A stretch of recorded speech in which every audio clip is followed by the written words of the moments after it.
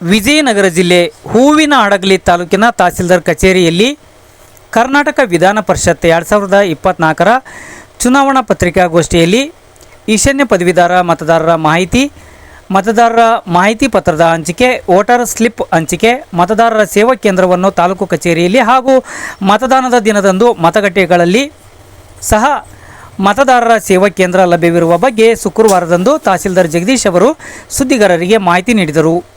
ಮತದಾರರು ಮತಗಟ್ಟೆಗೆ ಹೋಗುವಾಗ ಬೆಂಕಿ ಪೊಟ್ಟಣ, ಲೈಟರ್, ನೀರಿನ ಬಾಟಲಿ, ಆಯುಧಗಳು, mobile phone, camera, pen, pencil ತರುವಂತಿಲ್ಲ.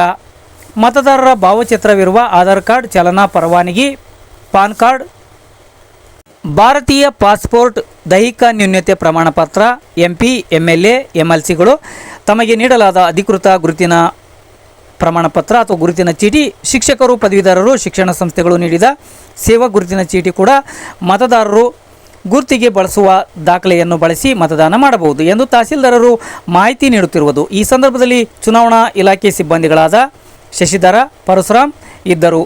ಈ ಸಂದರ್ಭದಲ್ಲಿ ಚುನಾವಣಾಧಿಕಾರಿ ಮಾತನಾಡುತ್ತಿರುವುದು.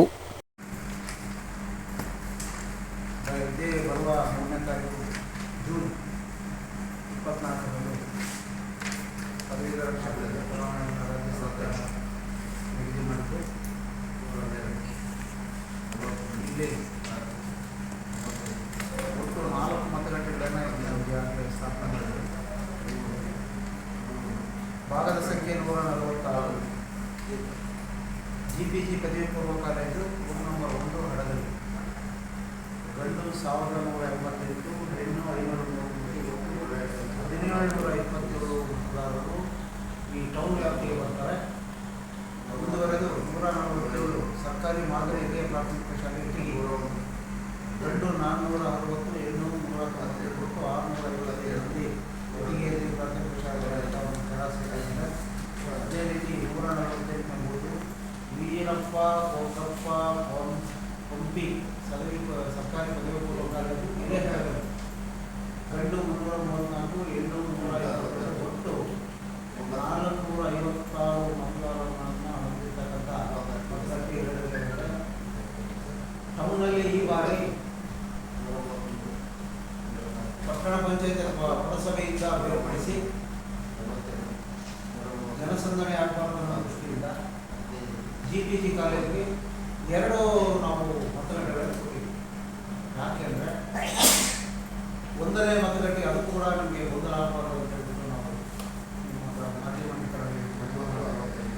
ರೂಮ್ ನಂಬರ್ 1ರಲ್ಲಿ ಸೀರಿಯಲ್ ನಂಬರ್ 1ರಿಂದ 783ವರೆಗೂ ರೂಮ್ ನಂಬರ್ 1ರಲ್ಲಿ GPG ಕಾಲೇಜಿನಲ್ಲಿ ಅವರು ಮತ ಚಲಾಯಿಸಿದ್ದಾರೆ.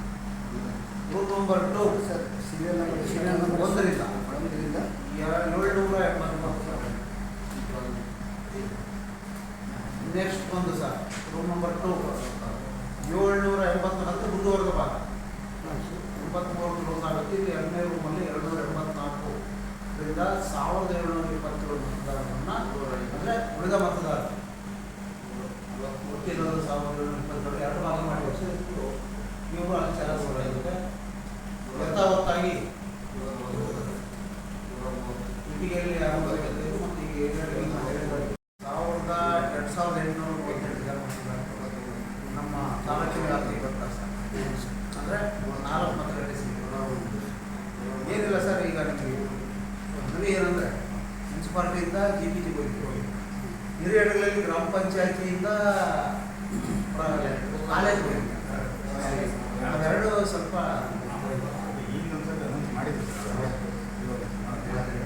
ಎಟ್ಗಿ ಕಂಟಿನ್ಯೂ ಆಯಿತು.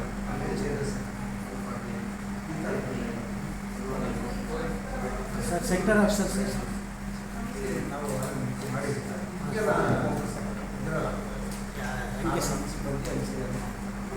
NCC ಬಂದು ಇವರೇ ನಮ್ಮ ಅವರಲ್ಲಿ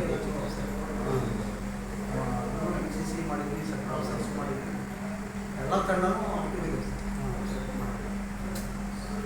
ಏನಂದರೆ ಇದು ವಾಸಸ್ಥಿತ ಮತಗಳು 19 ಕ್ಯಾಂಡಿಡೇಟ್ಸ್. ನಿನ್ನೆ ಮತಪತ್ರವನ್ನು ಕಲಬುರಗಿಯಿಂದ ಜಿಲ್ಲಾಧಿಕಾರಿಗಳ ಕಚೇರಿಗೆ ಪೊಲೀಸ್ ಬೆಂಗಾವಲಿನಲ್ಲಿ ನಿನ್ನೆ ಮಧ್ಯಾಹ್ನ ನಾವು ತಂಡ ಹೋಗಿ ಭದ್ರತಾ ಕೊಠಡಿಯಲ್ಲಿ ಅದನ್ನು ನಾಳೆ ಬೆಳಗ್ಗೆ ಏನು ನಮ್ಮ ಸಿಬ್ಬಂದಿ ತೆರಳ್ತಾರೆ ಅವರಿಗೆ ನಮ್ಮ ತೊಂಬತ್ತರ ಕೊಟ್ಟು ಕಳಿಸ್ತಾರೆ. ಅಂದರೆ ಸರ್ಕಾರ ಅಲರ್ಟ್ ಮಾಡಬೇಕು ಅವ್ರಿಗೆ ಎಲ್ಲಿಂದ ಎಲ್ಲಿಗೆ ಕೊಡಬೇಕು. ಈಗ 2800 ಟೆಂಡರ್ಗಳು ನಮಗೆ ಕೊಟ್ಬಿಟ್ಟಾರೆ. ಯಾವ ಸೀರಿಯಲ್ ನಂಬರಿಂದ ಯಾವ ಸ್ಟೇಷನ್ ಕೊಡ್ಬೇಕು ಅನ್ನೋದು ಅಲರ್ಟ್ ಮಾಡಿದ್ದೀವಿ. ನೋಡಿಸಿಬಿಟ್ಟು ತೆಗಿಯೋದು ಅವ್ರಿಗೆ ತಿಳಿದಿದೆ. ಆ ಸೀರಿಯಲ್ ನಂಬರ್ನ ಟ್ಯಾಲಿ ಮಾಡೋದು ಅವ್ರಿಗೆ ಕೊಡ್ತೀವಿ. ಹೂವಿನ ಹಡಗಲಿಗೆ ಯಾವ್ದು ಕೊಡಬೇಕು ಅವ್ರಿಗೆ ಕೊಡಬೇಕು. ಇಟ್ಟಿಗೆಗೆ ಯಾವ ಕೊಡಬೇಕು ಅವ್ರಿಗೆ ಕೊಡಬೇಕು. ಆಮೇಲೆ ಹಿರೇ ಹಡಗಲಿಗೆ ಯಾವ ಕೊಡಬೇಕು ಆ ಸೀರಿಯಲ್ ಕೂಡ ಅಲರ್ಟ್ ಆಗಿದೆ. ಪ್ರಾಶಸ್ತ್ಯ ಮತ ಅಂದರೆ ಯಾವುದೇ ಕ್ಲಿಕ್ ಮಾಡೋಕ್ಕಿಲ್ಲ. ಇದು ಮಾಡಬೇಕು 1, 2, 3 ಅಂತ ಆಂಗ್ಲ ಹಂತದಲ್ಲಿ 1, 2, 3, 4, 5, 6, 7 ಅವರು ಮತವನ್ನು ಚಲಾಯಿಸ್ತಾರೆ. ಕ್ಲಿಕ್ ಮಾಡೋದು ಸೈನ್ ಮಾಡೋದು ಗೊತ್ತು. ಪ್ರಾಶಸ್ತ್ಯ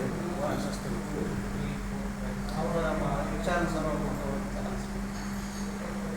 ಇದು ಇವತ್ತಿನ ಪತ್ರಿಕಾ ಗುರುತು ಪುಸ್ತಕಗೋಷ್ಠಿ ಅಂತ ದಯಮಾಡಿ ಮಾಧ್ಯಮಗಳಿಗೆಲ್ಲ ಶೇರ್ ಮಾಡಿ.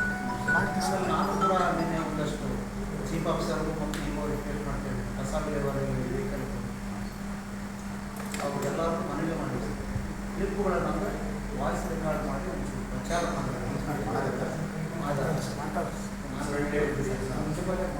ಸರ್ ಎಷ್ಟು ಮಂದಿ ಚುನಾವಣಾಧಿಕಾರಿಗಳು?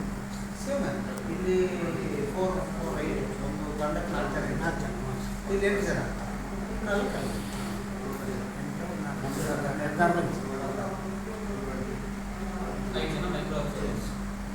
ವಿಶೇಷವಾಗಿ ಅದು ಅವರು ಸೇರಿಸಿ 4 ಮತಗಟ್ಟೆಗೆ 4 ಪ್ಲಸ್ 1